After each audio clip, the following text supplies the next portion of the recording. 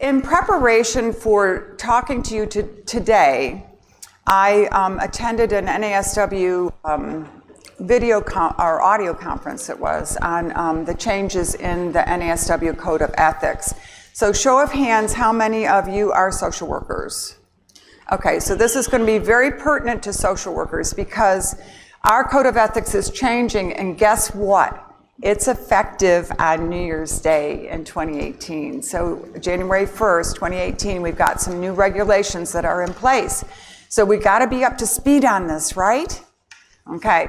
And when I was part of this video conference, or audio conference, sorry, it was supposed to be a video conference, but they had too many people interested in it, and it blew the system. So I hope we won't do that today.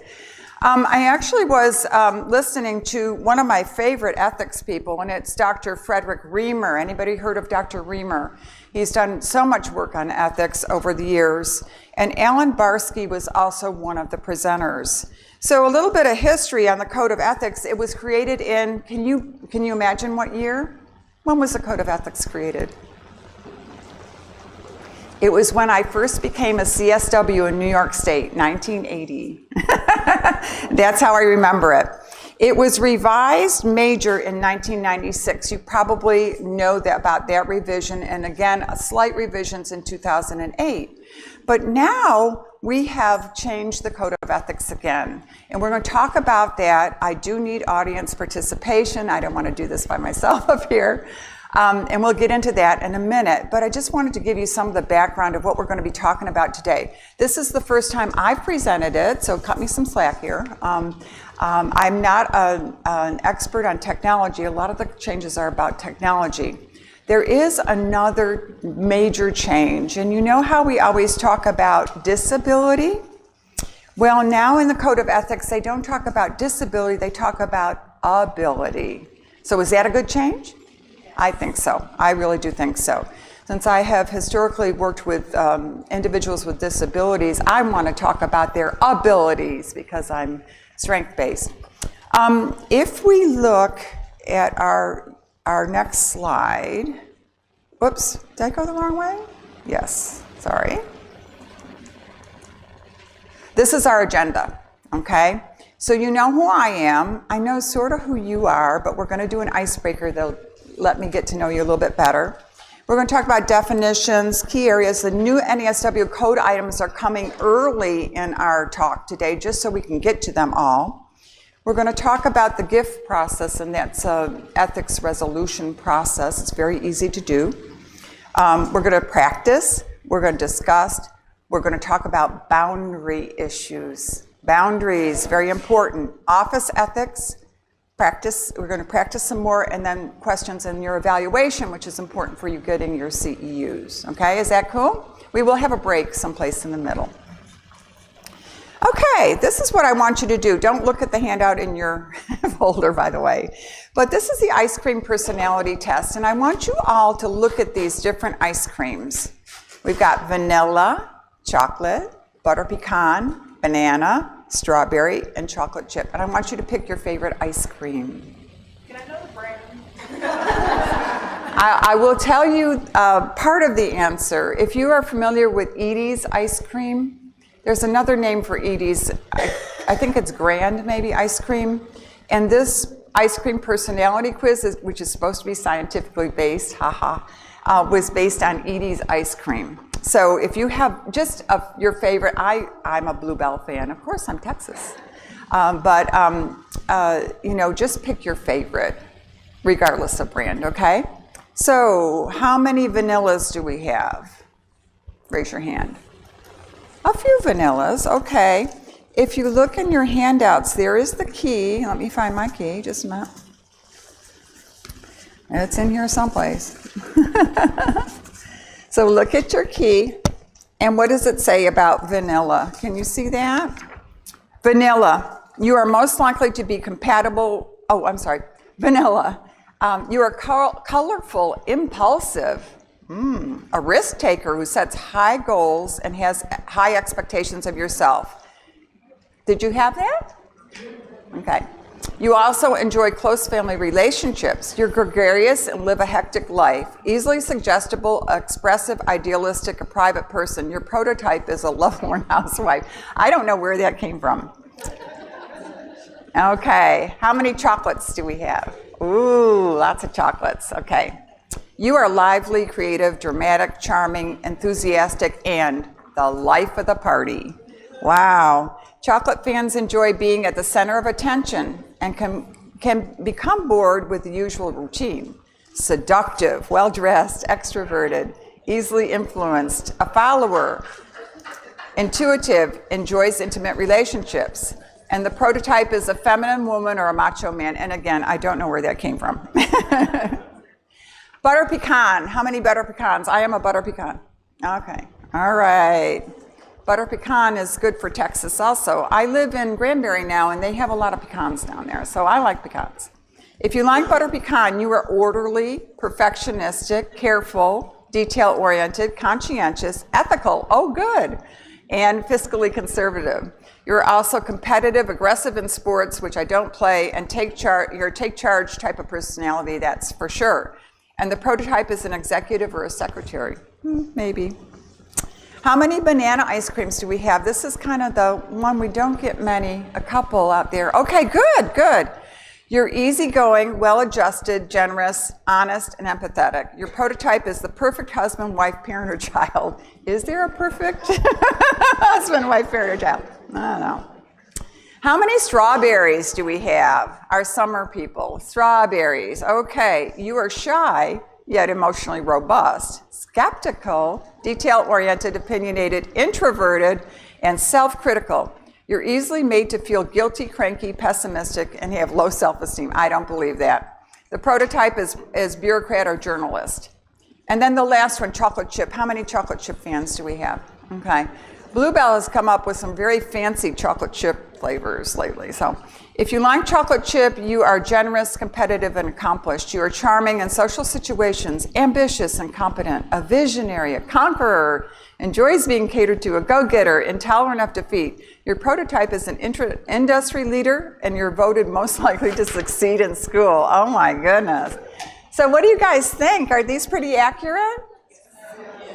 Oh, how many yeses? Raise your hand. Okay, how many no's? This is all wrong. Okay.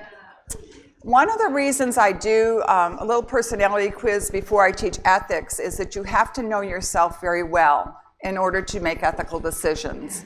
Why on earth would I say that? Where do our morals and values come from? Shout out. Shout out. Where?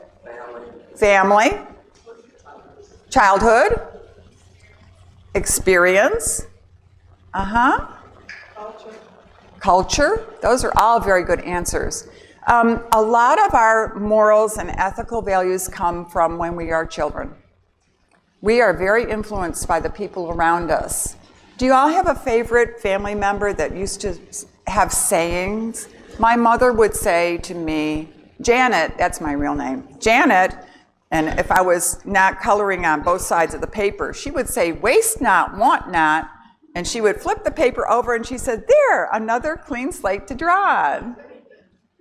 And that has followed me for all of my professional life because for many years, I was administrator of nonprofits. And we didn't ever have enough money. You know, nonprofits don't have a plethora of funding all the time. And so my mom's advice, waste not, want not, has served me well. And I have been able to spread very thin resources very far. So that is one of the things. Does anybody else have a saying? What did your relatives tell you growing up? What? Can't, never could. What does that mean to you? Yeah. Yeah. Don't say I can't do it, say I can do it, right? Yeah, that's been my mantra for a long time. I can do it. Okay, what else? We got one in the back. My grandpa used to say, if I was rich, I'd be Republican too. Okay, if I was rich, I'd be Republican too. Oh, that's cute. You know, it was funny when I was getting ready to do this presentation. My daughter is an executive with a large company, and so she manages a part of their HR department, and she does analysis for them. She's an HR analyst. And I said, you know, I'm going to be talking about ethics to about 160 people tomorrow, and what do you think I should talk about? And she says, Mom, you should talk about politics. And I said, ooh, I don't think so.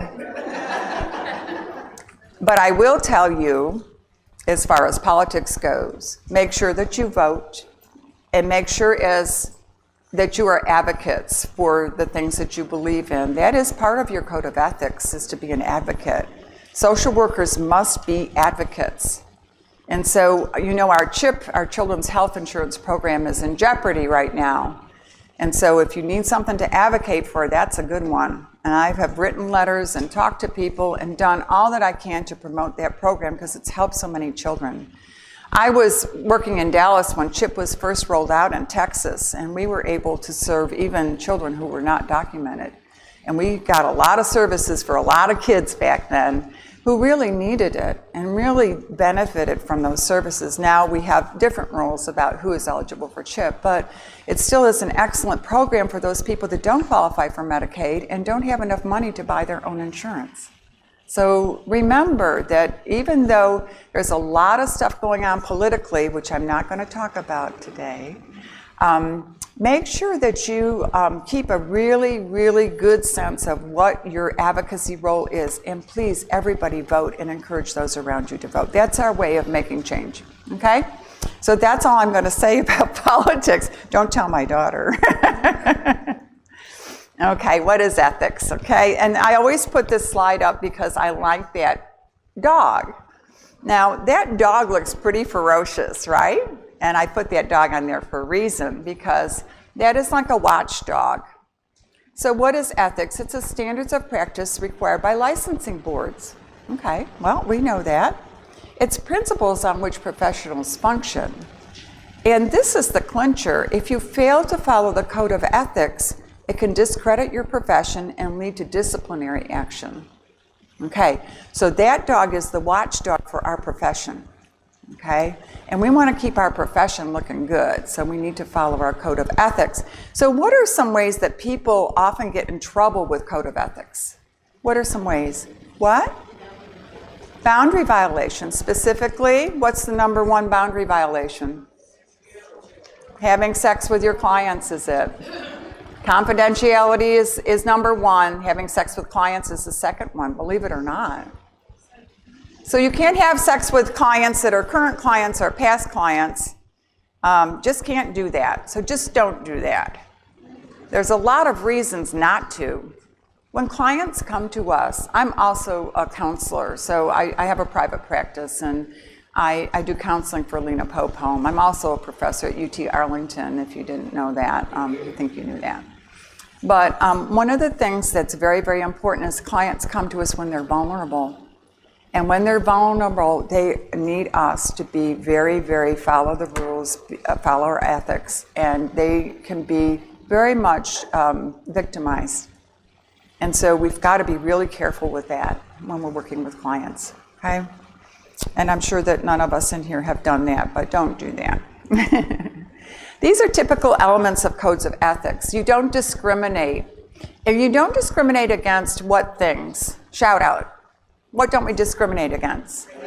Race. Good one. What? Sexual orientation. Yes. What? Religion. Thank you. Culture. Thank you. How about me? How old am I? Age. Thank you. And that applies to young age also, remember.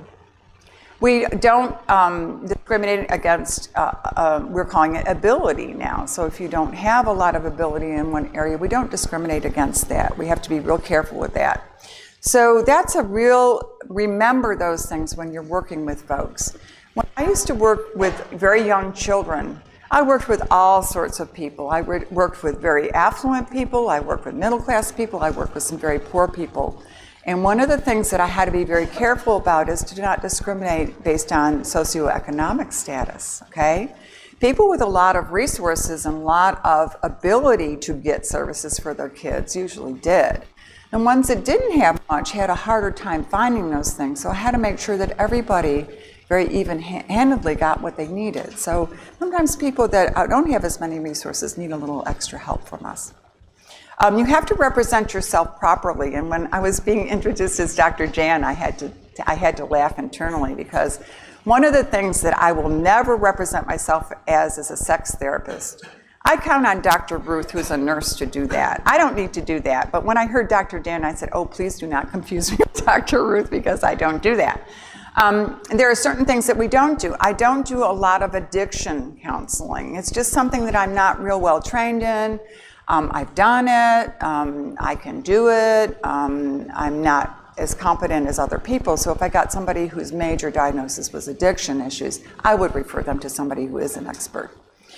We have to deliver what we call appropriate services. That's usually based on assessment. You need to continue your professional development. Yay, you're all here today, good job. You have to base your services upon evaluation. I just mentioned that. You have to accurately describe what services you're going to provide and what you're not going to provide. This next one is very important, confidentiality. And when we talk about technology, there is a big confidentiality piece in that. So we will in just a minute. You need to remain very consistent with your professional boundaries. We talked about no sex with clients, past or present, no use of drugs or alcohol, okay? Before I came to talk to you today, I have had 3 back surgeries and I'm headed for a 4th. So I've been on some pretty heavy-duty painkillers that I take at night, but I don't take those during the day because I have to be with you with a clear head to make sure that I can do a good job with you. So even prescription drugs are important to consider. Don't exploit. And we've been trained not to do that, but sometimes it happens. Use supervision with care. If you don't know the answer to something, ask your supervisor, okay? Make sure does everybody here have a supervisor? I do. Yeah, okay. Make sure you use good use of supervision and refer when it's outside your area of expertise. These are pretty common things. These are common ethical issues that we kind of see. The little icon is kind of sweating about these. I know when it's an ethical issue because I actually get a knot in my stomach. How do you guys know if it's an ethical issue? How can you tell? It doesn't, did you say smell right? It doesn't feel right? Yeah? Doesn't feel good. Well, how else? Yes, Dale. Oh, if you have to ask yourself, is this ethical? It probably is ethical. Yeah. I also have little red flags that go up. Do anybody have any visuals that happen to them? If the little red flag is coming up the pole, I know to watch out for ethical issues, okay? That's something that I just do. So these are common ethical issues. CPS reporting, that's difficult. The rule is if you suspect, you report. That's all you have to do is suspect, then you report. You don't have to determine if abuse or neglect happened. Confidentiality is a big one. Boundary issues. This one is becoming more and more prevalent when resources are slim. How much is enough? Okay? Record keeping. How do we document what we do? Exploitation. Dual relationships are happening more and more, especially as we enter into the world of social media. And we'll talk about that in a minute. And testifying in court. It's actually one of my favorite things to do. How many of you have testified in court? How does that feel? Something you have to do? Doesn't feel good? Yeah? When I was working for Child Protective Service, I was on the stand about an abuse case, and it was pretty blatant abuse, and actually the parental rights were eventually terminated. But the defense attorney asked me the same question 10 times. And how did I respond? The same way, 10 times. Okay? And so that can jar you, but if you know what you're supposed to do when you're on that stand, if you don't understand the question, you ask for an explanation of that question, and you're probably going to be okay. All right?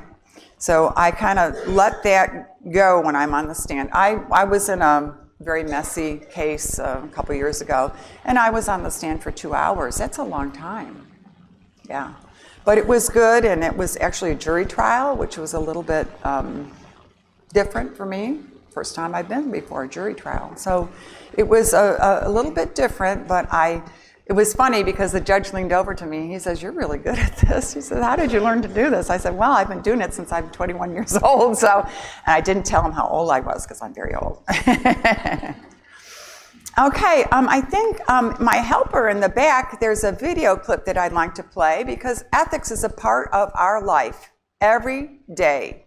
When I turned on the radio today, ethics became a part of my life. Okay, we've had a lot of sexual harassment, we've had a lot of ethical things going on politically, and so every time I turn on the radio, there's an ethics issue, but ethics is in our life all the time. So we're going to just play a really quick clip. It's by Bruce Weinstein, and he's called the Ethics Guy. He's an expert in ethics. So let's see if we can look at this for a minute.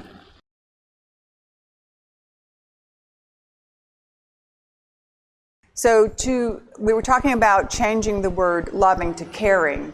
And one of our audience members did just give us some very valuable information that you don't necessarily love all the people that you work with, but you do care about them. And I do let my clients know that I care about their outcomes. I don't ever tell them that I love them because that would be not ethical in in my world. So I wouldn't do that. Up on the screen are examples of value statements from the Code of Ethics. The first is service, and our primary goal is to help people in need. Social justice, and I already talked about this, to be an advocate is to pursue social change. Dignity and worth of the person. Human relationships are very important. These are the relationships among people that are the vehicle for change. Integrity, behave in a trustworthy manner, and I think Dr. Weinstein talked about that. Be honest, be respectful, and competence. Make sure you practice within your area of expertise and seek continuing education. These are good rules to live by. So our Code of Ethics has been changed. I told you that, didn't I? And so most of the changes are around the security of electronic messages. Yes, ma'am? I don't know that. If you email me, my email was on the first slide. It's easy. It's finch@uta.edu. I will send you the slides.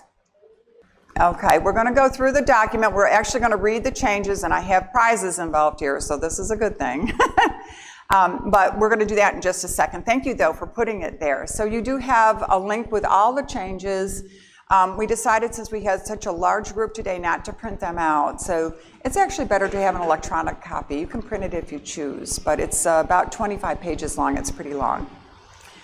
Most of the changes are around the security of electronic messaging. Remember, if you're unsure about how secure your electronic transmission of confidential information might be, stop and reread the revisions in this revised Code of Ethics. So there's some things that may not be as safe as you thought they were. Are cell phones safe? No, not at all, which I discovered. Remember, ordinary Yahoo, Hotmail, and Gmail is not secure. And I put ordinary accounts. Ordinary email accounts are not secure. Conference calls via cell phones may not be secure. And that's a big one to think about. When I do LCSW supervision, I sometimes am able to do it electronically. I have permission to do it electronically. And so what I do is I often use Skype. So if we use Skype, I have to coach my supervisees, if we're talking about cases, depersonalize everything. I don't ever want what we're talking about on Skype to be transferable to a real client. Absolutely not. So we have to be real careful with that. Yes, ma'am? Skype is not secure. FaceTime is not secure. Text messages are not secure. And we already said cell phones aren't secure. Okay, so what is secure? Electronics can be protected, and I have worked at Cook Children's, I work at UTA. We have very secure systems, okay? They're set up to be secure. And so most agencies have secure password protected web-based and email accounts. So how many of you have protected accounts? Okay, and how many of you have to do 2 forms of password or identification to get into things? I work for the federal government a lot, and I have to do 2. And oftentimes they will text me or call me on my phone, and that is the second form of identification. So we're getting more sophisticated regarding this, and sometimes there will be 2 ways that you have to identify yourself. Many agencies have secure video conferencing, and most hospitals do. Cook Children's does, Children's Medical does, I think JPS does. Most of our big hospitals do have secure video conferencing, okay? Always check before you send confidential information electronically, and you see the big lock on the file there. Remember that. Remember that. Be careful. Watch what you post on social media. I cannot say this loud enough. Watch. Be careful. HR departments routinely check Facebook and Snapchat chat accounts and other accounts too. So if you're applying for a job, you might want to check your Facebook page. Yes, ma'am. And you can put locks on your account also. You can lock it, make it more private. So that's another way that you can control that so that everybody doesn't have access. I will tell you that I have discontinued using Facebook. I do have a Facebook page. If you look me up, it's open. There's nothing there that I'd be ashamed of anybody seeing. But don't post anything you would not want your grandmother or a client to see. So, and I have been on people's Facebook pages, and they've had some pretty good parties out there. This just stopped. Did this just stop? We okay? Okay. And you know, I don't think I'd want that on my Facebook page. Think so. So you might want to, when you get a chance, not right now, but when you get a chance, you might want to go through your Facebook page and see what's there. And if you need to put some privacy controls on it, please do. I have a lot of students who want to be on LinkedIn with me. You know, LinkedIn, it's a professional website. And I tell them, I said, you know, I can't friend you or allow you to be on my LinkedIn network until you graduate. Now, why would I say that? Dual relationship. I said, until you graduate, and that's, I teach mostly master's level, so that once they get that MSW, then I consider them a professional, and I said, then I can be on LinkedIn with you.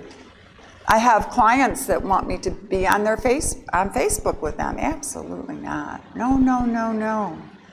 I have people that look me up. How many people have looked people up on Facebook? Okay. I Google people occasionally. That's quite interesting. If I'm looking for somebody. If you Google me, you'll find me. I hope it's okay stuff. I haven't Googled myself lately. But you might want to Google yourself and see what's there. So we're not going to go on to this slide right now. I'm going to do an exercise with you all. And in this bag, you know, I always have my magic bag with me. In this bag, there's a variety of prizes, okay? And I like to reward people for their good work. But what I want to do is to have everybody reach in here, and there is stapled together in order are the changes of the Code of Ethics. And to earn a prize, I want you to read what it says on there in 5 words or less, what that means, okay, and I'll help you with that if you need to. And then if you do that successfully, you get a prize. And there's all sorts of prizes in here. There's things in gift boxes, there's things in bags, there's things in, if you get a prize that you don't like, you can change it with somebody else. But they're not terribly valuable, but I always like to reward people for their good work. So where can we start with this? These are changes. Oh, we got one over there. Do you want to do it? Sure. Yeah. So what you do is, if you're on your mobile app, okay, you can follow along. We're on number 1, so you're going to pull off tag number 1. Just to highlight. Decision making is a process. In situations when conflicting Right. Social workers may be faced with complex ethical dilemmas that have no significance. Okay, in 5 words, what does that mean? Ethics ain't easy. I love it. Great.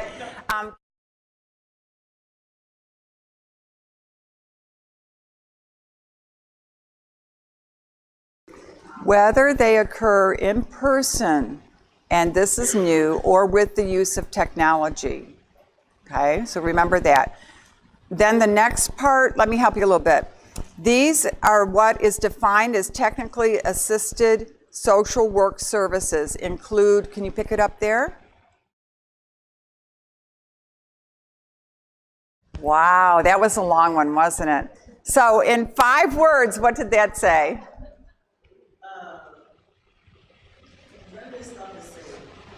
Okay. None of this stuff is safe. Be careful. Okay. Do you think she gets 2 prizes for that? 2 prizes. I should know that was by far the longest one. No, the rest are short. The rest are short, so don't be afraid. That was the longest one, and it kind of sets the tone because it defines what technology is, right? And how it applies. And it also leaves the door open for any new technology that might be available to us. And you know, there's new technology coming all the time, right? Okay, number 3 is short. Only 1 prize for this one. Who's got number 3? Good one. Okay, so what does that mean in a nutshell? Yes, that's part of it.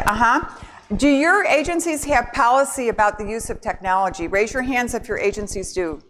Okay, when you get back to your agency or wherever you work, check and see if there is a policy, because these things should be developed. I'm a policy maker, and so if I was working in an agency where technology was being used, then I would make sure that we have those in our agency policies. Okay, so does that make sense to you? Okay, number 4. Right, always put it in your consent form, right? Has to be there. So I think we already, the person who read number 3 was already jumped to number 3, which was great, number 4 rather. And so I think that's important, informed consent, okay? Are we on number 5 now?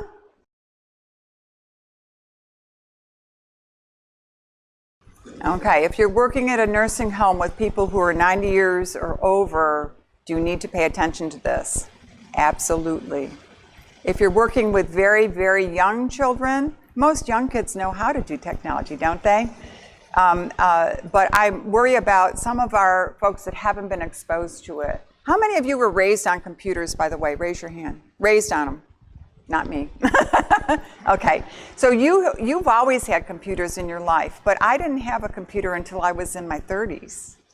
So my kids were raised on computers. Our original computer was actually a tape recorder, if you can imagine that.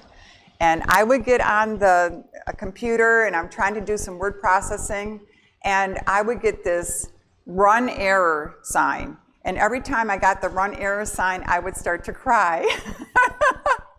Just an example of how frustrating technology can be to some people. So when I was first getting used to technology, very confusing, very anxiety provoking. So if you had somebody who was really anxious, you might want to be careful with that. If they have some anxiety around technology, be careful of that, okay? All right, how about, which one are we on, number 6?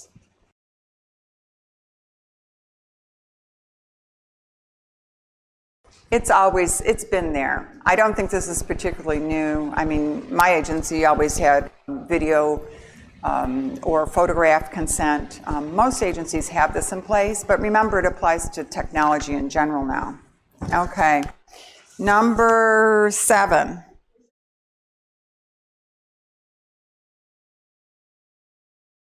Okay, what would be some exceptions to that? Safety.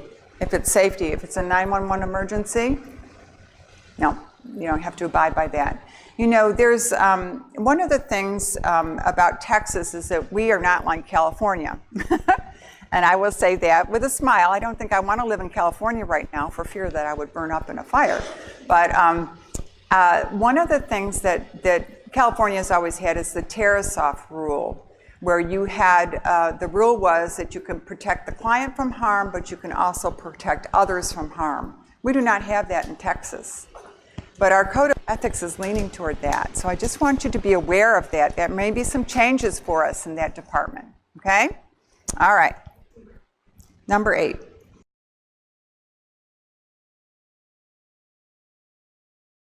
Okay, and if all else fails, find a young person. They can help you.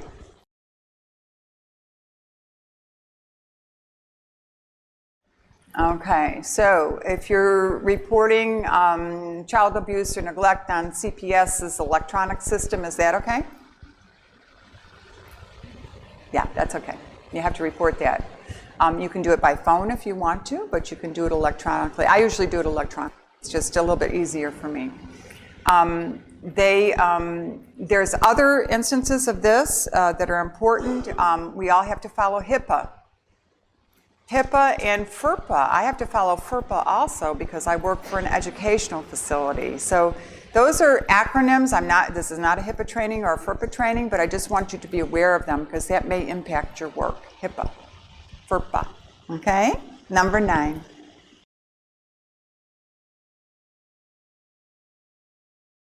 Exactly, and it seems like our internet may be not as free as it used to be, so things are changing, and keep an eye on that.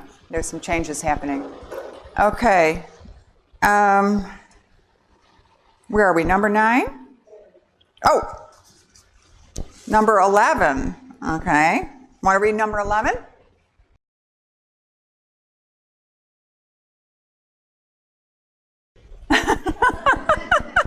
Can you say that again? I like that.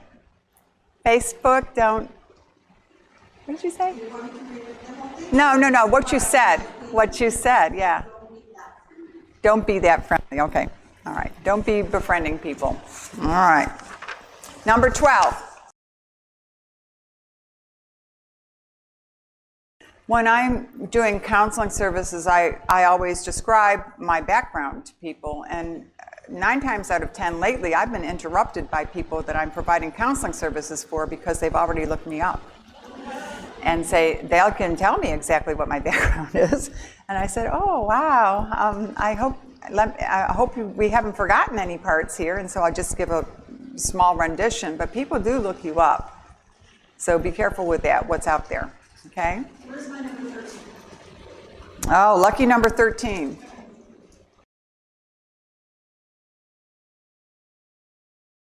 Okay, all right. So when you're liking things, be careful. Be careful, especially if you're not protected on social media.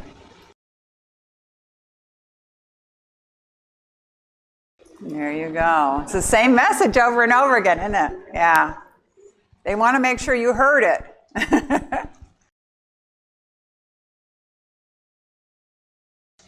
Okay, when I see a client for the first time, I spend about 5 minutes talking about the limits of confidentiality. And what I tell them is that most everything we talk about in counseling is confidential, but there are some exceptions. And I call them the 911 emergencies. And if there's any allegations of abuse or neglect, then I do have to report that. I'm a mandated reporting source, so I will report that. If you threaten to harm yourself or others, I tell my clients I will do something. I don't tell them exactly what I will do because it depends on the circumstance, right? So I do tell them I will do something. And if they have a question about that, then they'll ask me. And I've never had anybody be upset about my talking about the limits of confidentiality. And usually when they come into counseling, they are aware that certain things are not allowed to be confidential. If we're billing insurance for their services, then a lot of their insurance information has to be revealed, and the insurance company is going to want certain information about them and their counseling services. So, that's the way the system works nowadays. Most people are aware, but I always remind them at the beginning.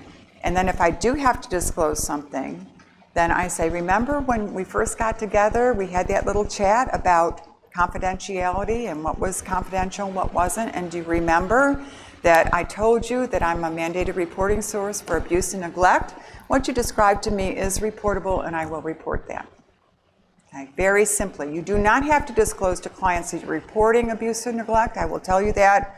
But in general, I do tell them personally, you don't have to. You can report anonymously. But I do tell them because they spend all their time figuring out who reported them. And I'd rather they spend their time working on making their situation better. Okay? That's why I do it that way. There's only been one instance where I have not told, and that's because that person had a gun on them. And I decided that would be risky for my personal safety, and I did not reveal that. Okay? I used to do a lot of home visits, and so I was working in a rural area, and the gun was right on top of the television. And so when I left there, I contacted the local sheriff, and he came out and had a chat with the owner of that gun, because there were children in the house a long time ago. Okay? Got my attention. Who's got the next one? Okay, 15.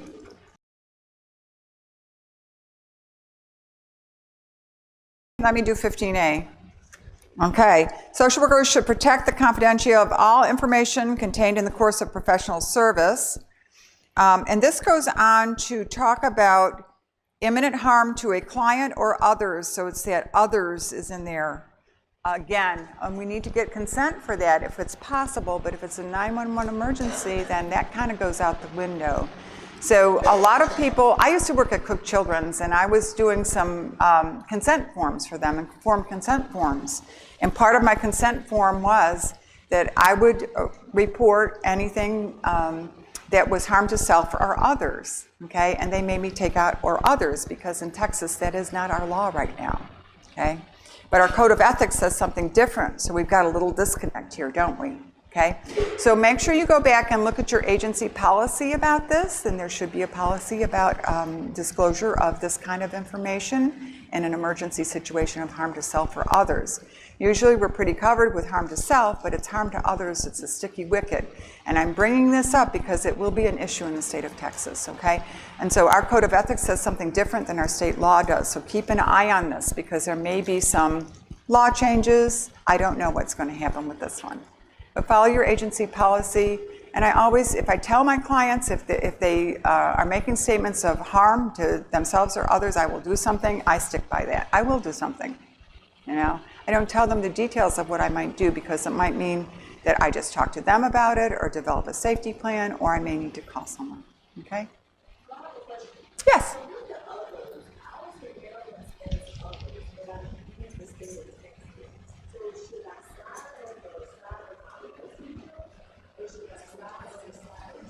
Read your agency policy and discuss this with your supervisor.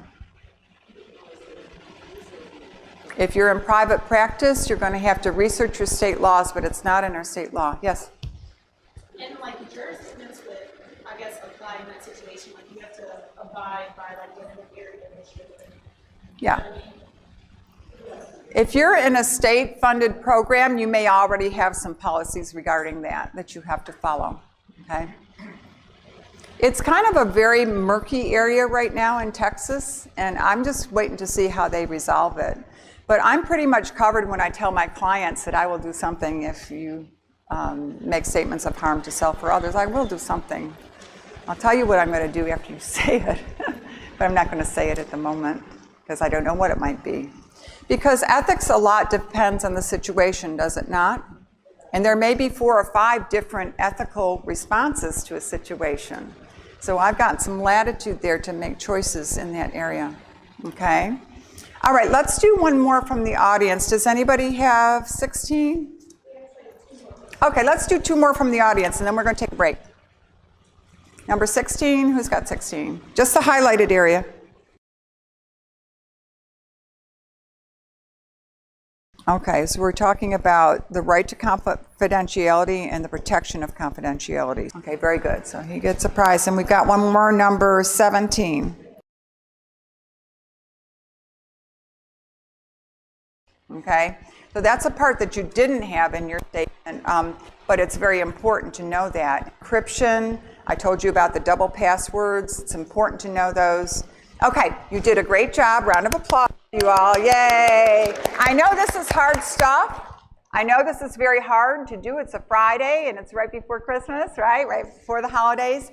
but I just want you to be aware of these changes. I'm going to summarize the rest. We've got more prizes up here. If you think you deserve a prize, come get one. It's fine with me. If you got one of the prizes, it's a bracelet. When I was very, very sick and didn't know what to do with myself, I made bracelets. So those bracelets were made with love, and please wear them, knowing that my love goes to you. So I can love you. All right, there's some changes that we didn't go over. Instead of going through the audience, I'm just going to briefly summarize them. Are you ready? Ready for this? Okay, and I'm going to tell you what it says, and you're going to tell me what it means, okay? So, social workers should develop and disclose policies and procedures for notifying clients of any breach of confidential information in a timely manner. What does that mean? Tell the client if you lost their folder. Tell the client if the laptop, laptops get stolen, and if they're not password protected, people can get a hold of information, okay? So just make sure that the client is notified. Usually your administration will have a way of doing that, so check with your supervisor. Social workers should avoid searching or gathering client information electronically unless there are compelling professional reasons and when appropriate with the client's informed consent. We talked about this already. So when I get a new client, I would much rather meet them face-to-face instead of on Facebook. So remember that. It's probably better for you to take your clients at face value rather than to search them on social media. If you do, the best practice, the most ethical practice would be to inform them that you were doing that, okay? That's a new one, and that's something that we need to pay attention to. Social workers should avoid posting any identifying or confidential information about clients on professional websites or other forms of social media. We all learn very well from case studies, but we don't want to post a case study where the client could be identified. Would be a big no-no, right? So we need to be aware that if we're posting things on websites, we have to depersonalize. What I do is I take several clients and make a conglomeration of them all. So there'd be no way to track. I change gender, I change age, I change ethnicity or race, just so that they can't be tracked. And so that's good for you to know when you're doing cases, okay? Let's see. Oh, here's one that's a good one. Social workers should under no circumstances engage in sexual activities, inappropriate sexual communications through the use of technology or in person, or sexual contact with current clients, whether such contact is consensual or forced. Oh my goodness, that's a big one. No sexting. That's one of the things that is new, and I've actually worked with clients who have been caught doing some things like that, and there are actually criminal consequences to that. Okay. Social workers should not sexually harass clients. Well, that's a no-brainer. Sexual harassment includes sexual advances, sexual solicitation, requests for sexual favors, and other verbal, written, electronic or physical contact or of a sexual nature. And that includes internet activities, and so be real careful with that. I don't think we're doing that one, right? Okay. I hope not. Oh, this is a good one. We all use electronic systems to connect with clients. We have websites, and we have, sometimes we have encrypted emails and stuff that we use. And that's great, but what happens when your email system goes down? You do have a responsibility for letting your clients know if the normal communication system has gone down, and to provide an alternative. So if your internet system goes down, what do you do? What would you do? Probably contact them in some way and let them know, hey, the internet is down, we're working on getting it fixed. I just want to let you know that instead of using the internet for now, you can contact me via whatever means that your agency has. Usually there's a policy for that. If you don't forget to read your agency policy manuals. I'm telling you, they're important things. We're almost done with these, which is good. Oh, here's one that applies to me. Social workers who function as supervisors or educators should not engage in sexual activities or contact, including verbal, written, electronic, or physical contact with supervisees, students, trainees, or other colleagues over whom they exercise professional authority. So the key word is professional authority. If I am a teacher, I have professional authority. If I'm a supervisor, I have professional authority. And as being a faculty member at UTA, we are very well aware of that, and that is a big no-no. You don't date your students. Oh, here's a good one. It's under unethical conduct of colleagues. Okay, do you have a responsibility for the conduct of your colleagues? Social workers should take adequate measures to discourage, prevent, expose, and correct the unethical conduct of colleagues, including unethical conduct using technology. So what's the best way for you, if you know a colleague maybe has inappropriate Facebook posts and you notice that and their Facebook is not privatized, what might you do? What's the first step? Always the first step. Talk to the colleague, yes. There are some instances where you may want to go to the supervisor immediately, and those are if you have a hostile relationship with this colleague and that happens, or if the offense is so egregious that it needs to get that attention. But general rule of thumb is go to your colleague first. They might not be aware of what they're doing. They may not be aware, like you guys are, of all these changes in the Code of Ethics, okay? So remember that. And if they're not social workers, remember, they may not have to abide by this, unfortunately, okay? I think these are all good rules. I think it was a remarkable thing that we've updated all these things. I think we're about done with them. If you're a field instructor, you also have to be careful with your boundaries, with your interns. If there is, how many of you work with electronic documentation systems where you're documenting information into a database of some sort? Okay.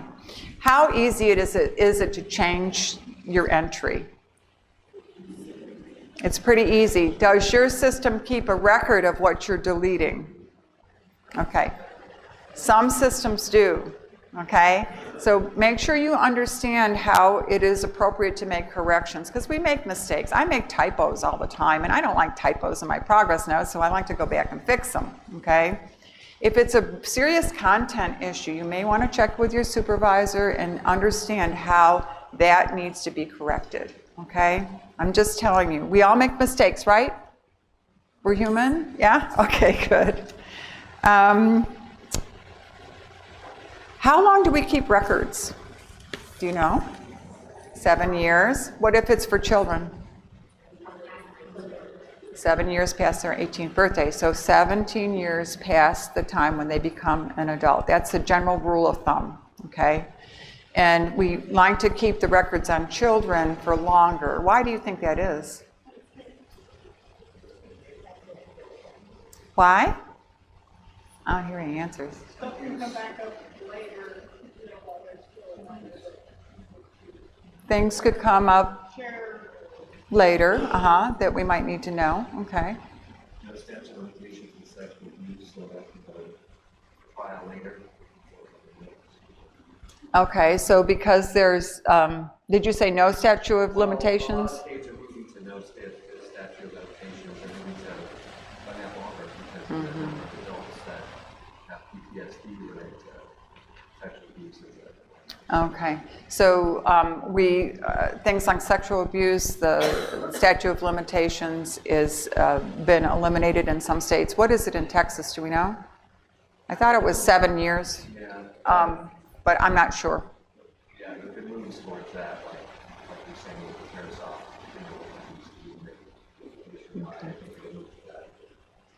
Okay, and the comment made was with Tarasoft that our state may be moving towards something like that, so that would be a good thing. We'll see. If you're concerned about this, you might want to contact your legislator. Just letting you know, it's part of our role as social workers to be advocates. Okay, I think, there's one very interesting to me because I do research. Is SurveyMonkey confidential? No, not exactly. We have a system at UTA called Qualtrics, which is more confidential. But when you're collecting data on clients, make sure but you're using a data collection tool that is confidential. How many of you collect data on clients? Because I haven't passed, no? Okay, just be careful of how you're doing that, okay? If there were any questions on these changes, we went over this lickety-split. There's a lot of changes, aren't there? But what common themes do they fall under? Technology. So be very tech savvy. Be very conscious when you're going to websites. Be very conscious when you're sending information and how you're sending it, because it's very important that you do it correctly. Any other comments on that? Okay, you feel pretty good about this? January 1st is coming. Okay, and what are you going to do? You're going to read your agency policy, aren't you? Go back and read your policy. There may be some tweaking that needs to be done in your policy. Then let your supervisor or administration know, okay? All right, well, good deal. Okay, now I'm going to teach you 10 ways to avoid ethical pitfalls. Yay, we don't want to be caught in an ethical dilemma, do we? Okay. Understand what constitutes a multiple or dual relationship. Okay, during break, I'll depersonalize this. Someone came to me and asked me about being in a church with, and looking beside them and finding that a former client years ago is sitting right beside them. Ooh, is this a dual relationship? Yes, okay. What are ways of resolving that? Yeah, my advice was take the client away privately and say, I know we've had a past professional relationship here and I want to protect your confidentiality. And I'm going to leave it up to you whether you want to recognize me or not. Okay, I won't recognize you. Oh, my mic just went out, I think. I won't recognize, oh, it's back again. I won't recognize you. And if you want me to recognize you, you need to come to me, okay? I can't be your friend. You can't be their friend. No. And I always say, you know, social workers are friendly, but we're not friends with our clients. Is that not true? Yeah. And I use those words. I use those exact words. Okay, when might a dual relationship be with a business associate?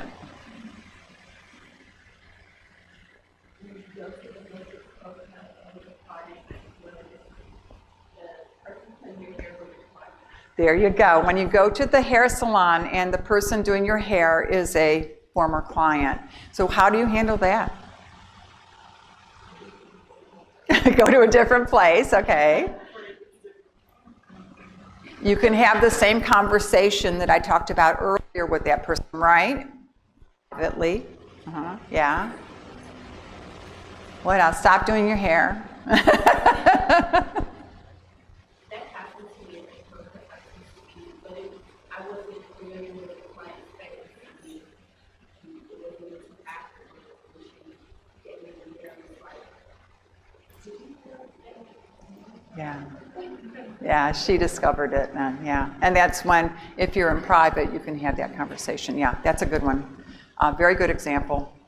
A lot of times we have things that happen to us out in public. When I worked in Germany, I worked at a military base, and you know, the grocery store was there and the department store was there, and I had to talk to my clients about the fact that I'm your social worker from 8 to 5, Monday through Friday. But on the weekend, I might be at the movie theater, and during the Oktoberfest, I might be there drinking a beer. But remember that I'm there on off hours. I'm a real person. I am a real person. And I do have a private life of my own. But sometimes when you work in small communities like military base, or when you're working in a small town, I live in Granbury now, and you know, it is a very tight-knit community, and I know that I have to be careful about certain things there. So it's important that we are cognizant of that. Just be aware of it. Conversations regarding dual relationships. There's a power differential. And I mentioned this before. How much of a power differential is there between the other, and with the other person? So if I am the professor and I'm working with a student, is there a power differential? Yes. If it's two students working together, is there a power differential? No. Okay, you see the difference, one up and one down. If I am your supervisor and you are my supervisee, is there a power differential? Yes. If I am talking as a colleague to one of my other colleagues, is there a power differential? No. Okay. Duration. This is important. Will it be brief contact? And maybe the hair salon is brief contact. I don't know how long it takes to get your hair done. Or will it be continuous or episodic contact over a long time? You have to think about that. I probably would change my hairdresser. Okay? That would be probably what I would do. Because if I go to the same hairdresser time after time, it's easier that way, you know, because you don't have to explain how you want your hair done all the time. So I would definitely change that. Termination, will therapy be limited or does the client have chronic needs over time? When I worked in CPS, I was there for 10 years. I actually had the children of some of the teenage clients that I had been working with initially. And so I knew that I had relationships with these families over time, okay?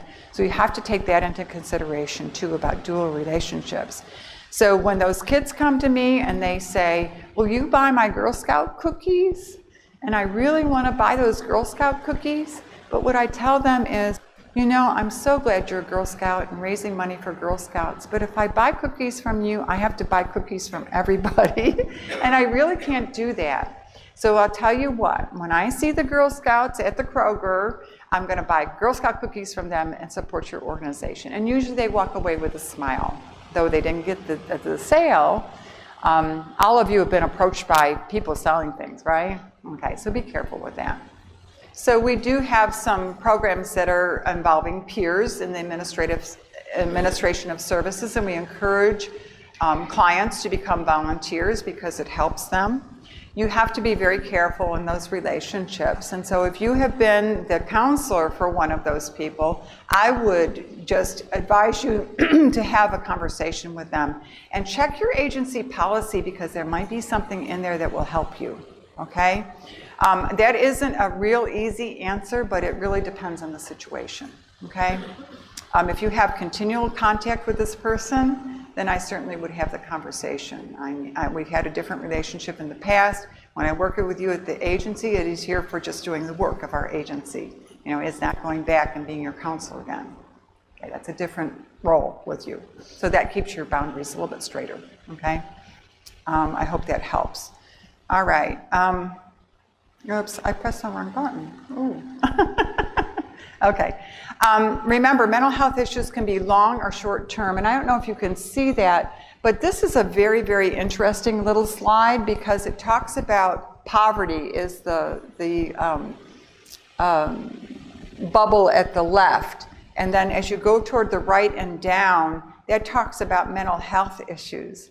And if you have mental health issues, oftentimes that puts you into a situation where you have limited resources and then you end up in poverty, so it's a cycle, okay? We're hoping that our clients break that cycle, we sure do. But sometimes it doesn't, so just remember, is this a long-term or short-term relationship? And some relationships are long-term. Maybe long-term for you as a counselor, or maybe long-term for your agency. So remember to look at the bigger picture sometimes, okay? This is number 2, protect confidentiality, okay? Remember that we have HIPAA requirements. We have written release is required, okay? Now, if you ask a client, can I release your records to so-and-so, and you release those records, and they come back and they say, well, I didn't want my records released to so-and-so, what proof do you have? Nothing. So that written release. If I'm in doubt, I always ask for a written release of information. Many times when I've been subpoenaed into court by a judge, I will let my client know that I have been subpoenaed and I ask them for a release of information on top of it. I'm double covered. And I have never had a client not sign that release. Very interesting, huh? Because I want to be covered by that. 911 emergencies are different. I was supervising some staff and they went to a house and there was a fire going on in the apartment building and they called me to ask me if they can call 911. I said, please call 911, hang up, call 911. This is an emergency. Now, if they knew that if the fire department was there and they knew that there was a baby and a very, very frail mom in one of those apartments, it is okay to give that piece of information to the firemen. Why? Because you might have to get in there and rescue that person. You're not going to give their name. You're not going to give any identifying information. You're just going to let them know, Mr. Fireman, I just want you to know there's a newborn baby on oxygen in that apartment. Why is that so important? Could blow up. Yeah, there could be a death involved. Okay. And we talked about subpoenas already. Subpoena is a subpoena. But make sure that when you're looking at this, we have a Venn diagram. We've got confidentiality, we have the availability of our records, and we have integrity, and you see how they overlap. Venn diagrams are very interesting, and this is why we have classes in ethics and how to solve ethical dilemmas, because we have to be very aware of those things. Okay. Guidelines for confidentiality. Always discuss the limits of confidentiality, including your uses of electronic transmission and the foreseeable uses of any confidential information. So if I have a CPS client referred to me by CPS and we have an agreement to do this counseling, but part of that agreement is that they get updates from me as to how that client is doing, I need to let that client know that. Just want you to know that when you attend session, I'm letting your caseworker know this. It's part of our agreement to provide services. And if needed, if you need to share more than that, you might want to get a release of information. Ensure the safe storage of confidential records. Where do you store confidential things? Locked. Double lock is best if you can, right? Okay. What about your computers? Password protected. What about your phone? Password protected. Yeah, okay. Very good. Know your federal and state law. We have HIPAA and FERPA. We talked about that before, and this is not a class in that. So if you want a class in that, I also do those classes. It's very interesting areas. Obey mandatory reporting laws, okay? Any sort of abuse, neglect.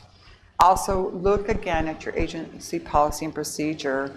Talk to your supervisor. Supervisors can be very knowledgeable in these areas. Don't forget to ask. Number 3 is to respect your client's autonomy. We believe in empowerment of clients, don't we? Self-determination, is that important? Okay. So make sure that your expertise, experience, and training, as well as where you lack training.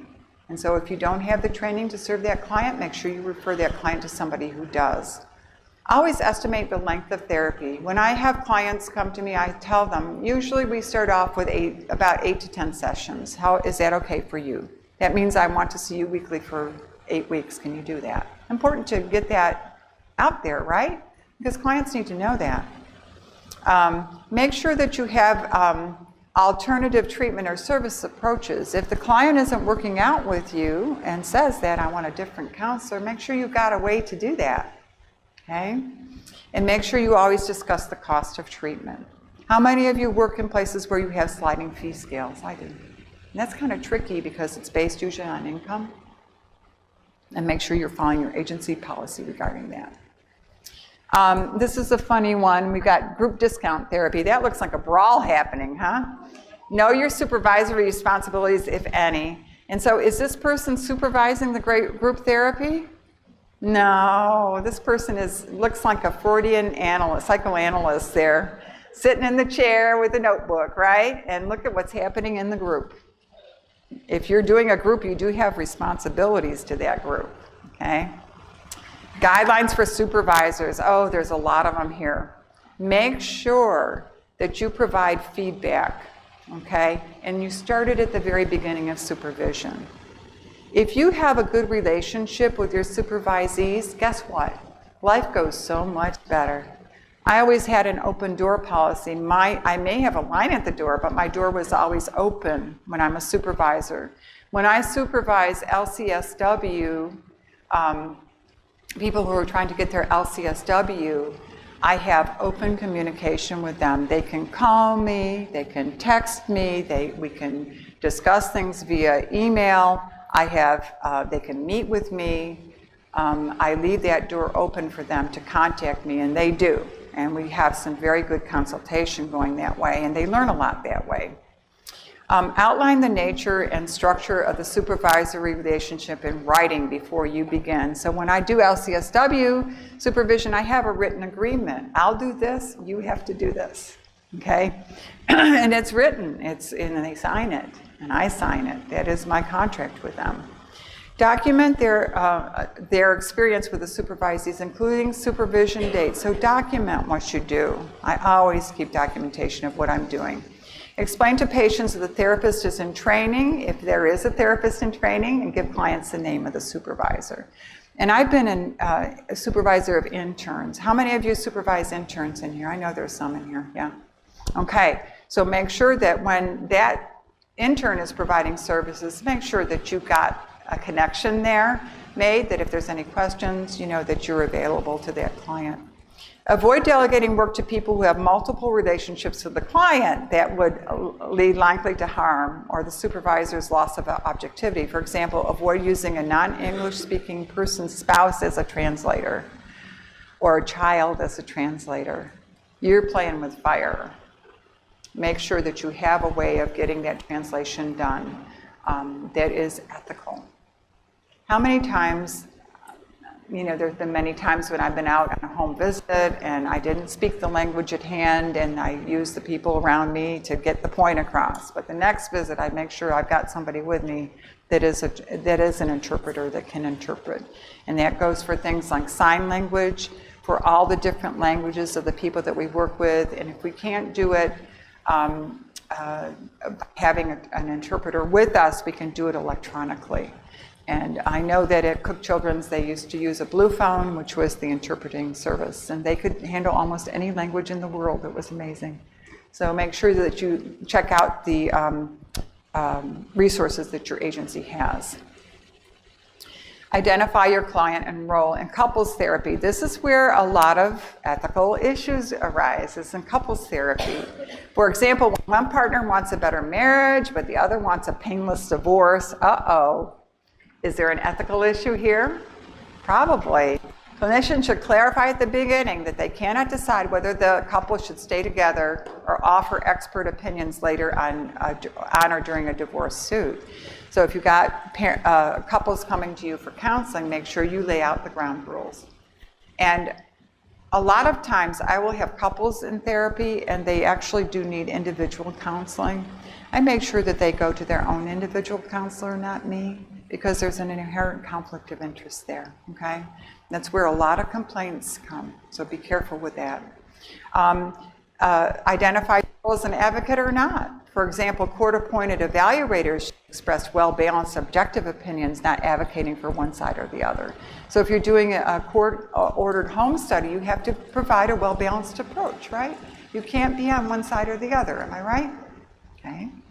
As a third party, when parents request services for a child, you may have one legal client but several ethical clients. In each case, it's important to know who it is that you're serving and what your role is in providing that service.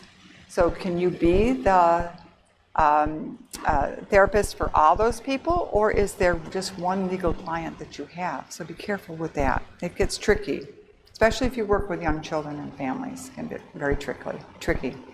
Document.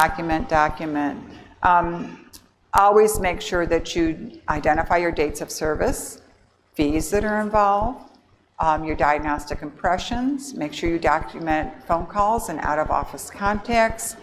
Follow up when your clients drop out of sight. That's a big one, because what happens when people are depressed? What happens? They just withdraw, don't they? And sometimes you need to reach out to bring them back. Details are necessary, including those listed above, so that if another clinician is going to take over for you, they've got all the information they need to take over. Have you ever taken over somebody's case? Was it easy? Sometimes not easy because you're not sure what was going on before you got there, right? Okay. But if they have good notes and you have access to those notes, you have a better idea about how to take up. How to start services again. And yes, people do leave and change therapists, people get sick. I've been sick, and luckily my clients have hung in there with me over my illness, and I've been able to maintain them. But if I hadn't been able to, I would have had to transfer those clients to somebody else. So, tips on documentation: only include germane information. What on earth does that mean? I am very careful in what I document. I document progress toward goals. Okay, I don't document, the client said that her mother-in-law is not a very nice person. I don't write that there. If our goal is to working on family relationships, I might say, role-played with the client, how to better interact with family members. That's more appropriate, isn't it, if my goal is to work on communication within the family system. So be careful how you document. Never alter a record after the fact, and if you do so, make sure you follow the appropriate procedures. We talked about that earlier. And use documentation to your advantage. The process of writing can help crystallize your progress toward goals. So not write SMART goals: specific, measurable, attainable, relevant, and time-bound. So I always make sure that my goals, my therapy goals, are measurable, because that's how I measure progress toward goals. There's two important things about that. If you have attained goals, what do you need to do? You've attained the goals that you set. What do you need to do? What? Okay.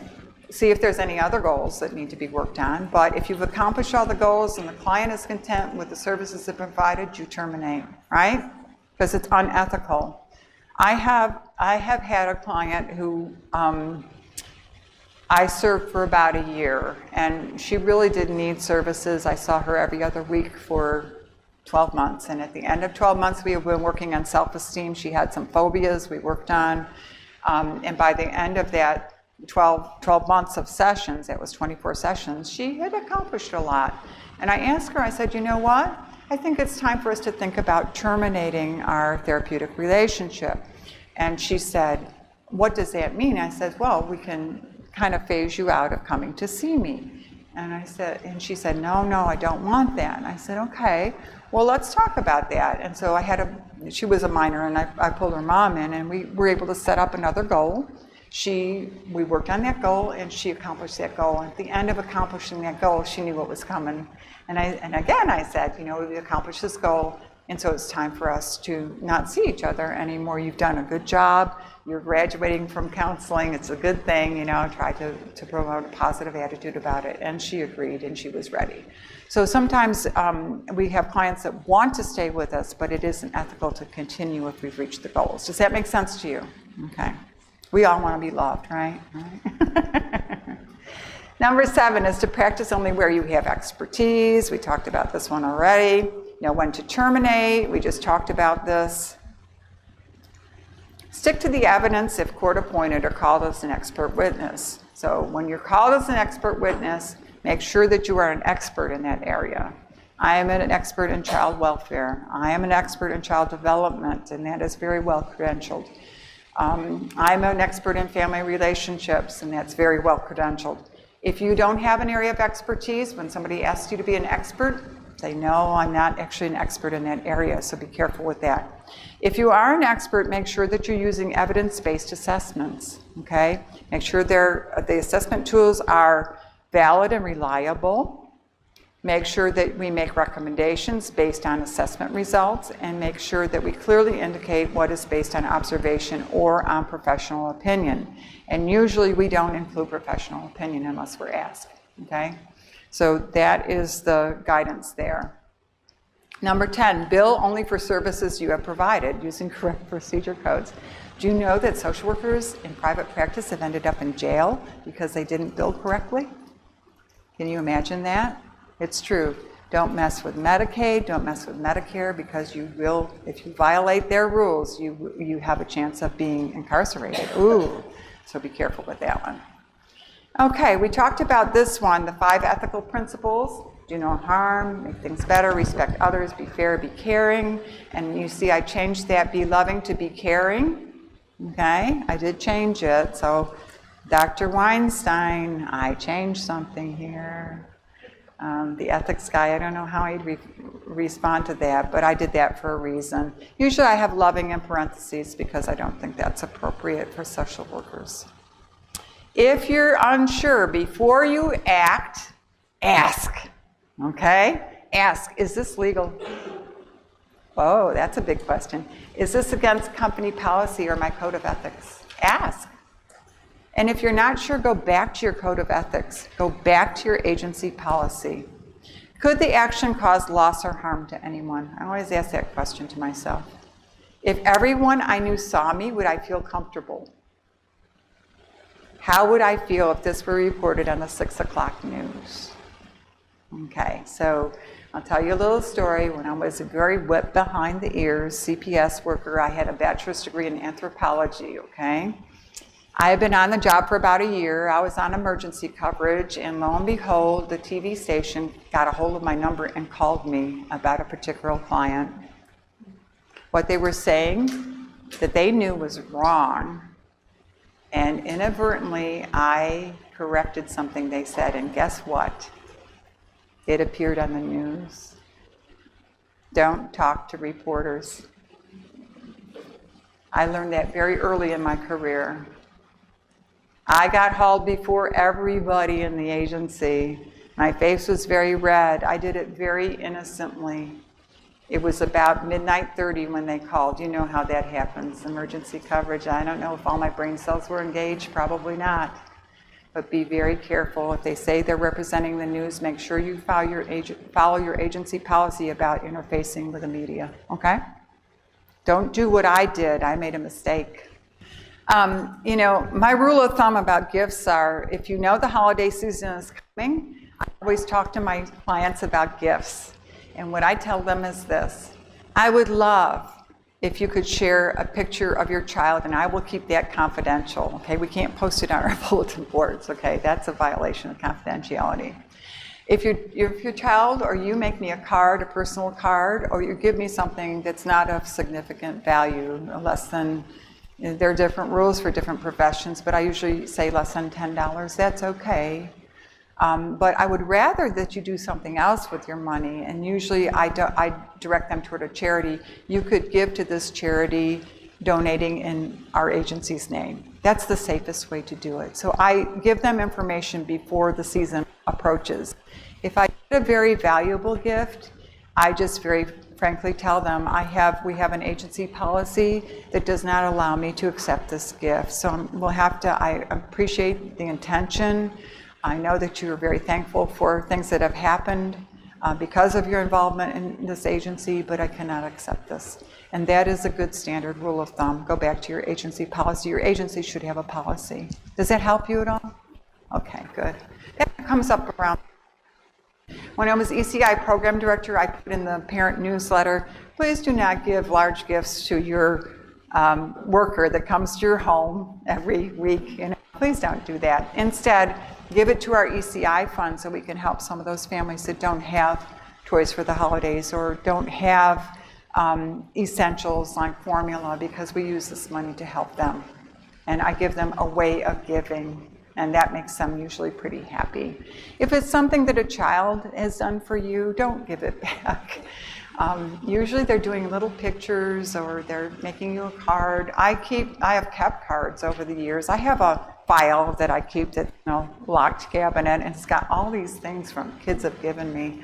And when I'm having a bad day, what do? I go into this file and I look at all these things, and you know what? It restores me as a social worker and said, yeah, I may have messed up with this one, but I've been doing really good with this.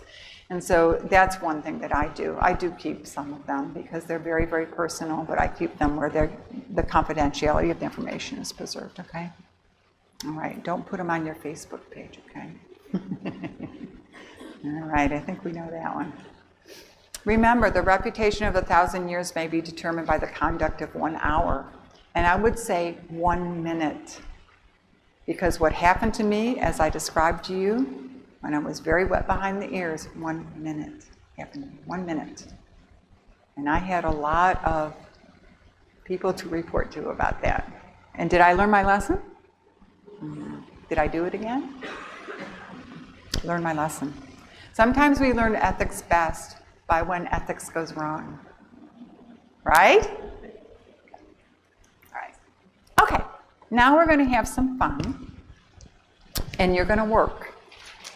So what I want you to do is we've got tables, and that's very convenient. I know we've got some people that aren't at tables. Maybe they're looking through Facebook at this, but if you can work through this process yourself, or if you've got somebody around you can work with, that's great. We're going to do the gift process, and this is the one that Dr. Weinstein says is a great way to solve ethical dilemmas. And the first step is the G, get the facts, okay? So how many of you remember the show Dragnet on TV? Oh, we've got one person, thank you. 2 people, okay.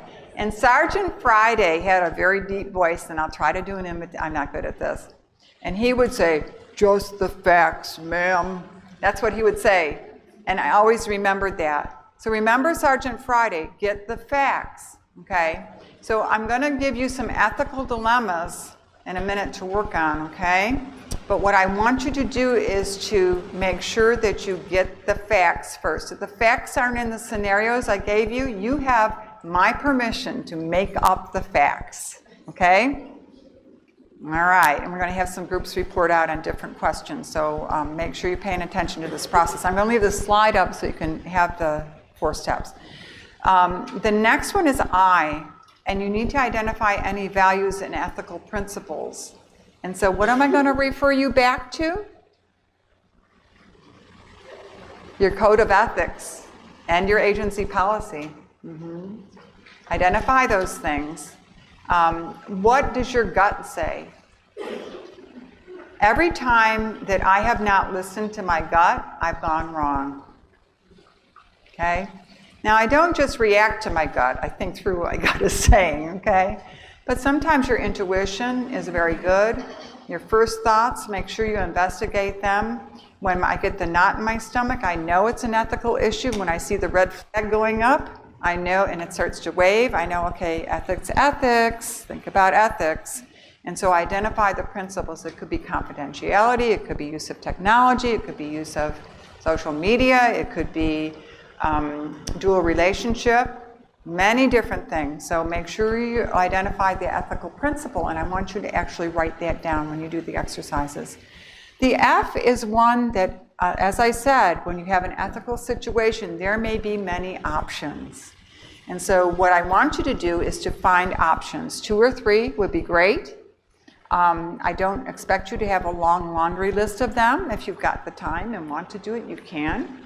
But I think if you have maybe 3, then you've got some to choose from. And then of those options, I want you to test those out. How might this work? And if it's an ethical issue that is with a specific client, I might explain to them, well, we have an ethical issue here, like the child that didn't want to terminate services. And said, you know, if all your goals are met, I can't continue to serve you, but this is what we can do. We can either make a new goal, or we can just kind of phase you out by seeing you once a month and then eventually every other month until then, you know, we won't see each other anymore, kind of phase you out. Or, you know, if that doesn't work, maybe we can find some other resources for you. So what I've given 3 options, right? And so I would have the client pick the option. And so which option did she pick? Is to make another goal, okay? So I let the client help me to select the option. Make sure they're all viable options before you offer them to a client, okay? And then you test in your mind and you choose an option. You go with one option. And I always like to have plan A, B, and C. Why do I say that, A, B, and C? What happens with plan A sometimes? Doesn't work. So then you have to have plan B or plan C, okay? So in your folder, you should have a list of scenarios. Can you find that? It says scenarios at the top. Do you have that?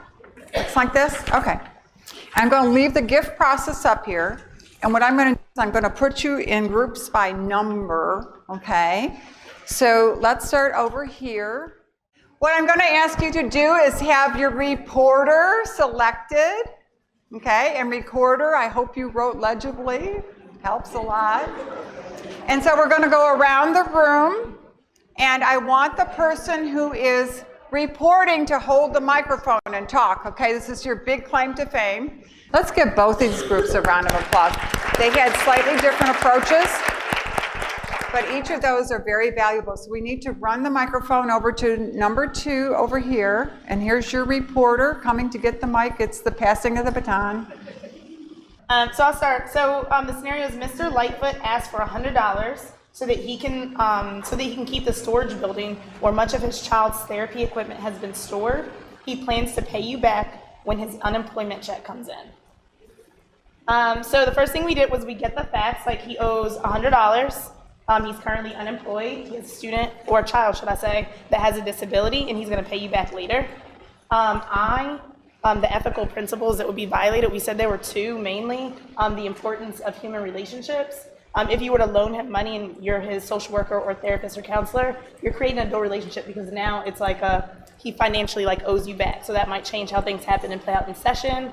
As well as integrity. We know based on most, workplaces as well, just the principles we have, you're not supposed to loan clients money. So it would be against that. F, finding solutions. That's not a good place. Finding solutions, basically. We said the one thing we could do is help him, put him in contact with other resources that provide financial assistance, whether that's through your own agency or reaching out to other utility assistance programs. That we could also help him explore other storage options, so looking for a place that might be a little bit cheaper, things of that nature. And also going through and role playing with him, talking to him about how he can reach out to his other family members and friends to ask them for money instead.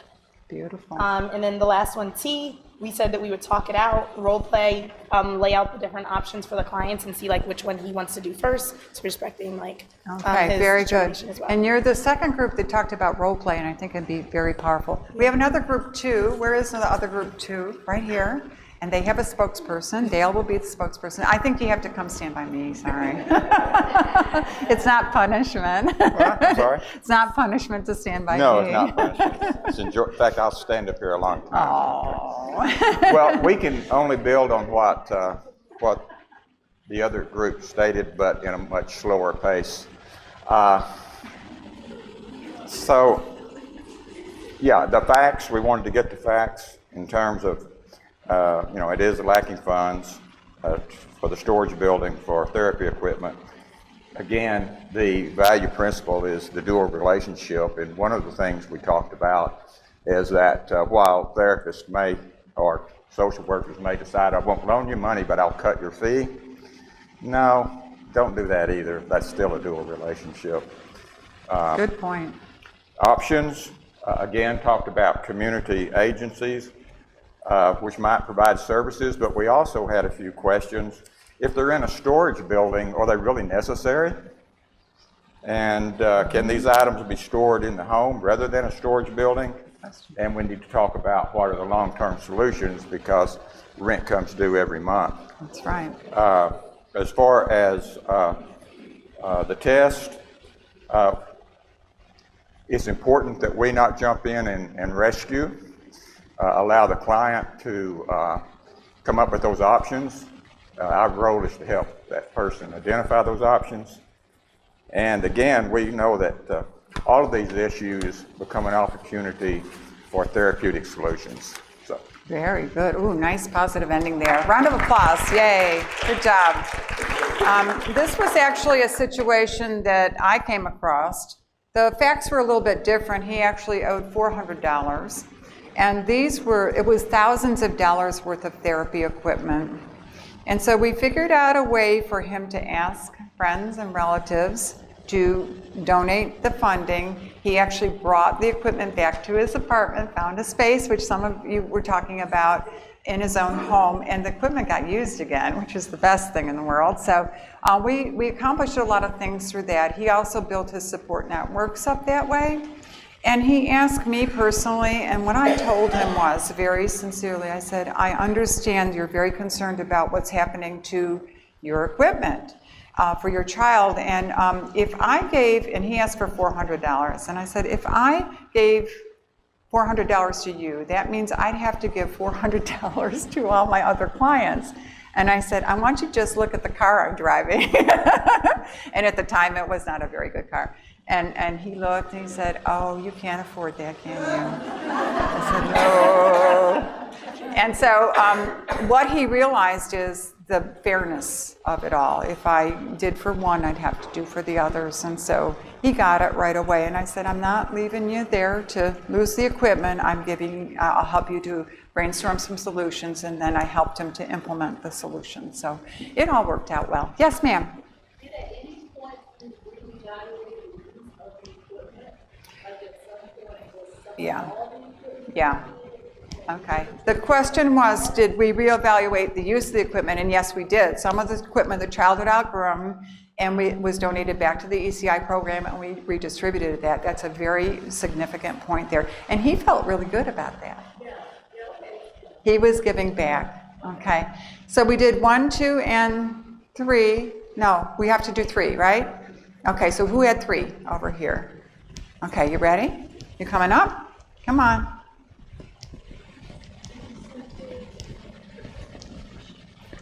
And do we have another group 3? We do, don't we? Okay, good.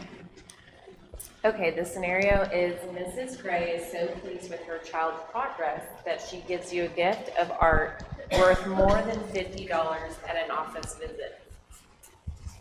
So we got the facts. The gift that they received was over $50. The mom is pleased with the services that the child's getting. Identify the values and ethical principles involved, not being able to accept a gift of that amount of money or worth that amount of money. So some different options that we came up with was letting the parent know that they were appreciated, but maybe something homemade or smaller that the child could give, or to gift it to the office or to the agency, not just as a personal gift to take home with the house. So then testing and choosing among those options, just defining the limits in a professional manner and allowing parent and client to determine which idea they would want to do, whether to give it or to keep the artwork themselves and then to give something else that they made themselves. Oh, okay. So you did take my advice. Okay, very good. All right. How about the other group 3? Come on up front.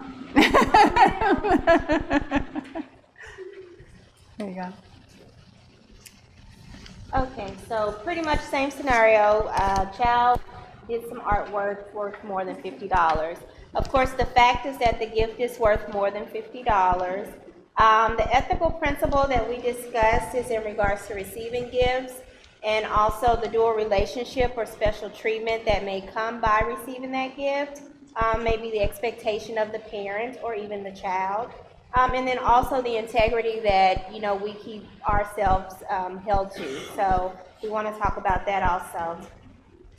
In regards to the options, we can tell the parent that they can either give it to maybe an auction in the agency's name, maybe like a silent auction or something. Oh, nice. In regards to still, being gracious for the gift and praising the child. And then also making sure that they understand that, we cannot accept the gift due to company policy also. So that way they don't think, well, maybe they just didn't like the art, let's try something different next time. So let's go ahead and just kind of let them know that it's, not favorable for the company, but also just being gracious for the option. And then in regards to the test options, we want to inform the client of different options that they may have, which we previously discussed about maybe the silent auction, or just giving them the respect of, great thought, but, what is it that you would like to do, and we would like to support you along the way to make sure that the child does understand that it's a very nice thing to do, because we don't want to discourage them from art. So we do want to empower them as well, but letting them know it's their choice as to what they choose, but just making sure that they understand we're gracious. Oh, wow, we had some good ones there too. So let's give them both a round of applause. Good job. I like the gifting it back to the agency for the silent auction. I think that was very creative.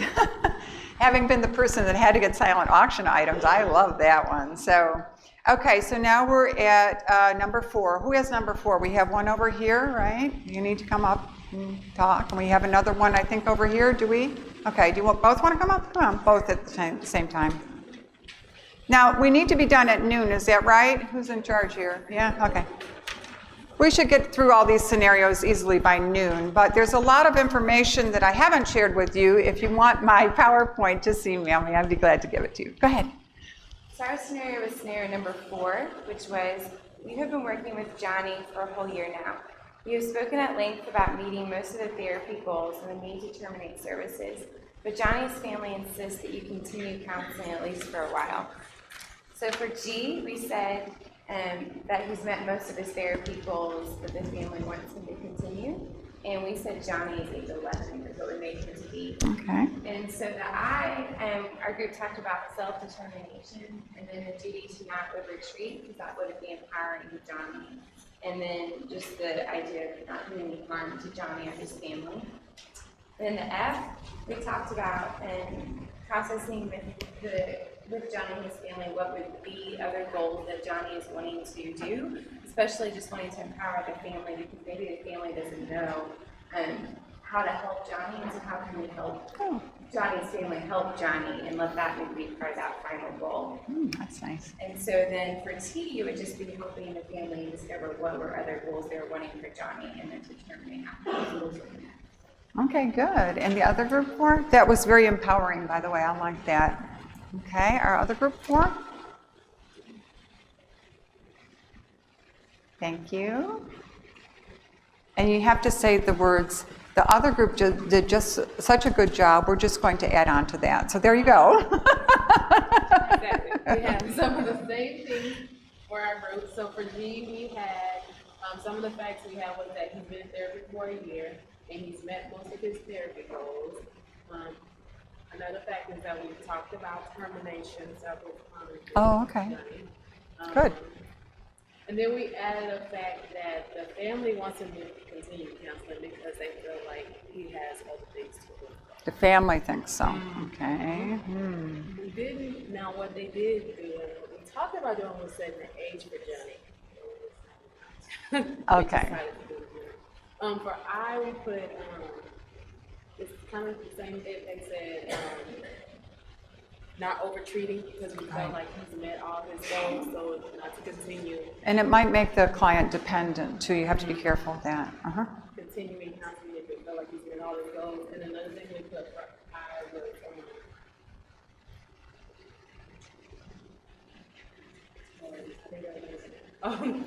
that we talked about. The over-treating in the second part is that we started talking about termination in the beginning, and towards the end we continue to. And it's very wise to talk about termination in the beginning. So A+ on that. For finding options, we said possibly community referrals based on the family concerns. Maybe it's something that could be handled with a community. Another thing we talked about is maybe just assessing for new goals. And if there are new goals, we can continue this relationship, but if not, we can refer out. Okay. I know that was T. Okay. I got into T, so That's it was fine. just F was community referrals and assess for new goals, and testing out was, if we assess for new goals and there are new goals, then we continue a relationship. If not, community referral. Okay. All right. That makes good sense to me. Thank you. Okay. Round of applause for both groups. Number 5. Who's got 5? Do we have 2 number 5s or just 1 number 5? Just 1 number 5. Okay, this will go a little bit quicker now. Okay. Our scenario is you were introduced to Miss Lane, who you assume to be the 12-year-old Lois's mother. As you proceed, you discover that Miss Lane is not the child's mother, but a friend who has taken care of Lois since birth. So the facts we have is that we have an unidentified legal guardian. We're not sure, we don't have proof yet that this woman actually is a legal guardian. She has been under the care of Miss Lane since birth, according to Miss Lane. And what we went ahead and filled in the blanks, we put Lois's mother is in prison, her father is unknown, and that Lois was born in prison.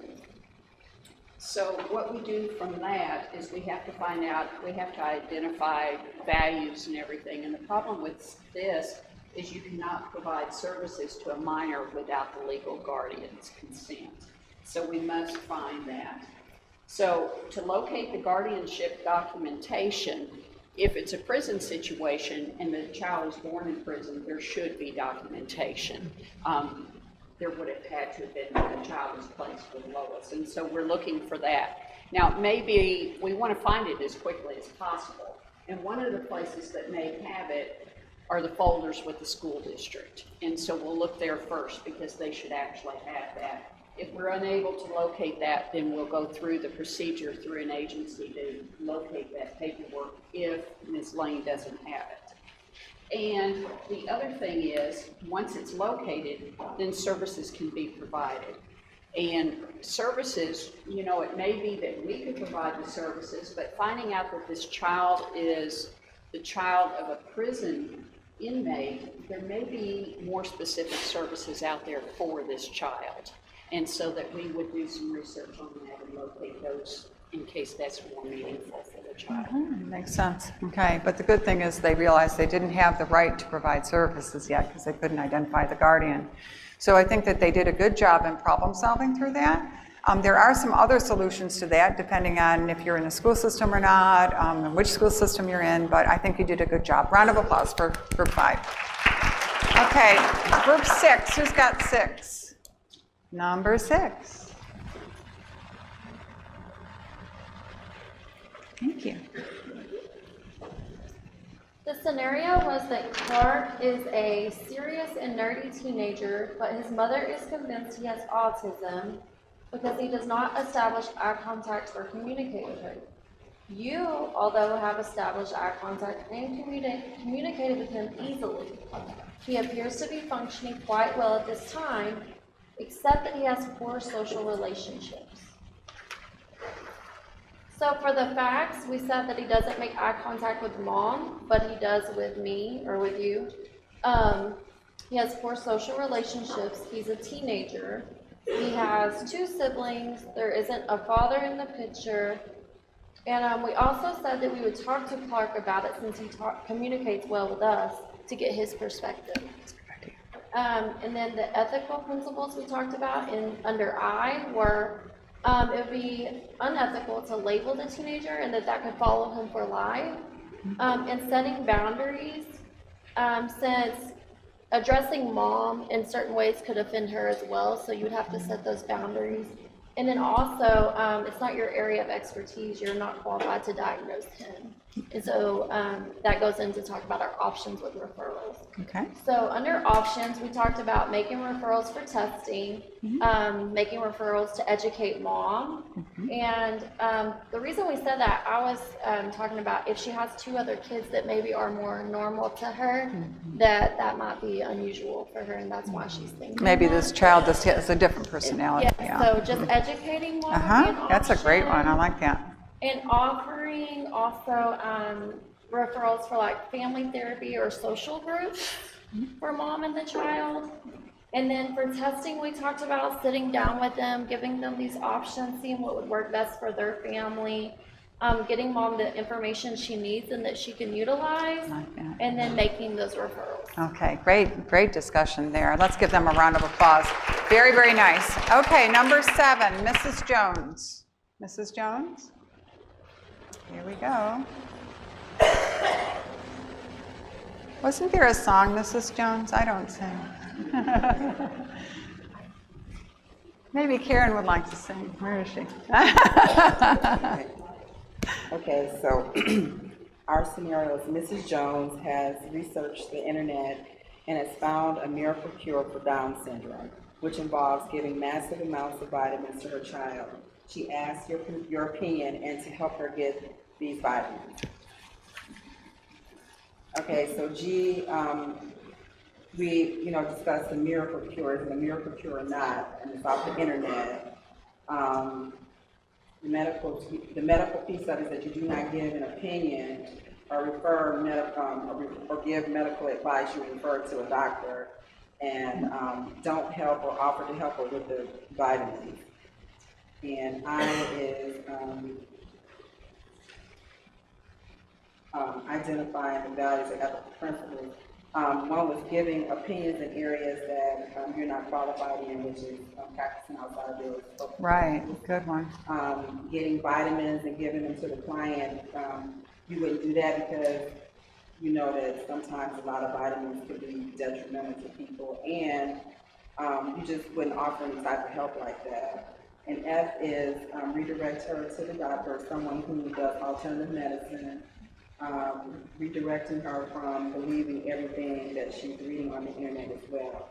And then T, refer her to her regular physician or specialty doctor that works with children with special needs. Yeah, that's a very, very good advice. A lot of times parents will find miracle cures on the internet, and some of them are not good advice. Can I have the reporters for 8, 9, and 10 come up here so we can go quickly? 8, we have a group of experts on this topic. 9 and 10 are the new ethics provisions, and so we're treading on some new ground here, and we will finish in 5 minutes, about 5 minutes. I know y'all are looking at the clock, right? It's lunchtime. Okay, I need 8. Here we go. We were number 8. We thought it was funny that this one went to the Gladney group table. Ms. Lopez gave birth to her second child last week. The pregnancy was complicated and the child was delivered prematurely. The father of the baby had not been involved since the baby's birth and does not pay child support.